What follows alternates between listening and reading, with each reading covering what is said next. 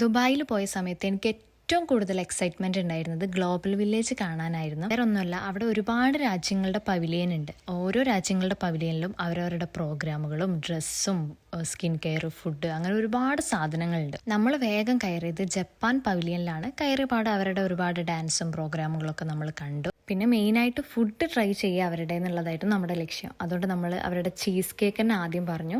എനിക്ക് cheese cake നല്ല ഇഷ്ടമായി. പിന്നെ ട്രൈ ചെയ്തത് ടങ്കുളു ആണ്, അതായത് ഫ്രൂട്ട്സ് ഷുഗർ സിറപ്പിൽ കോട്ട് ചെയ്തിട്ടുള്ള, അതും എനിക്ക് നല്ല ഇഷ്ടമായി. പിന്നെ ട്രൈ ചെയ്തത് അവരുടെ മോച്ചിയാണ്. മോച്ചി പല ഫ്ലേവറിലുണ്ടായിരുന്നു. ഞാൻ സെലക്ട് ചെയ്തത് മാംഗോ ഫ്ലേവർ ആയിരുന്നു.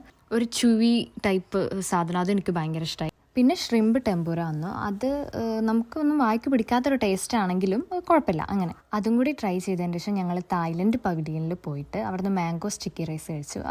മാംഗോ സ്റ്റിക്കി റൈസ് എനിക്ക് നല്ല ഇഷ്ടമായി. പക്ഷെ അത്രയും ഫുഡ് കഴിച്ചതുകൊണ്ട് എനിക്കത് തീർക്കാനൊന്നും പറ്റിയില്ല. അങ്ങനെ അതിന് ശേഷം ഞങ്ങൾ ഒരുപാട് പ്രോഗ്രാമുകളും കാര്യങ്ങളൊക്കെ കണ്ടു നമ്മളെല്ലാവരും തിരിച്ചു വന്നു.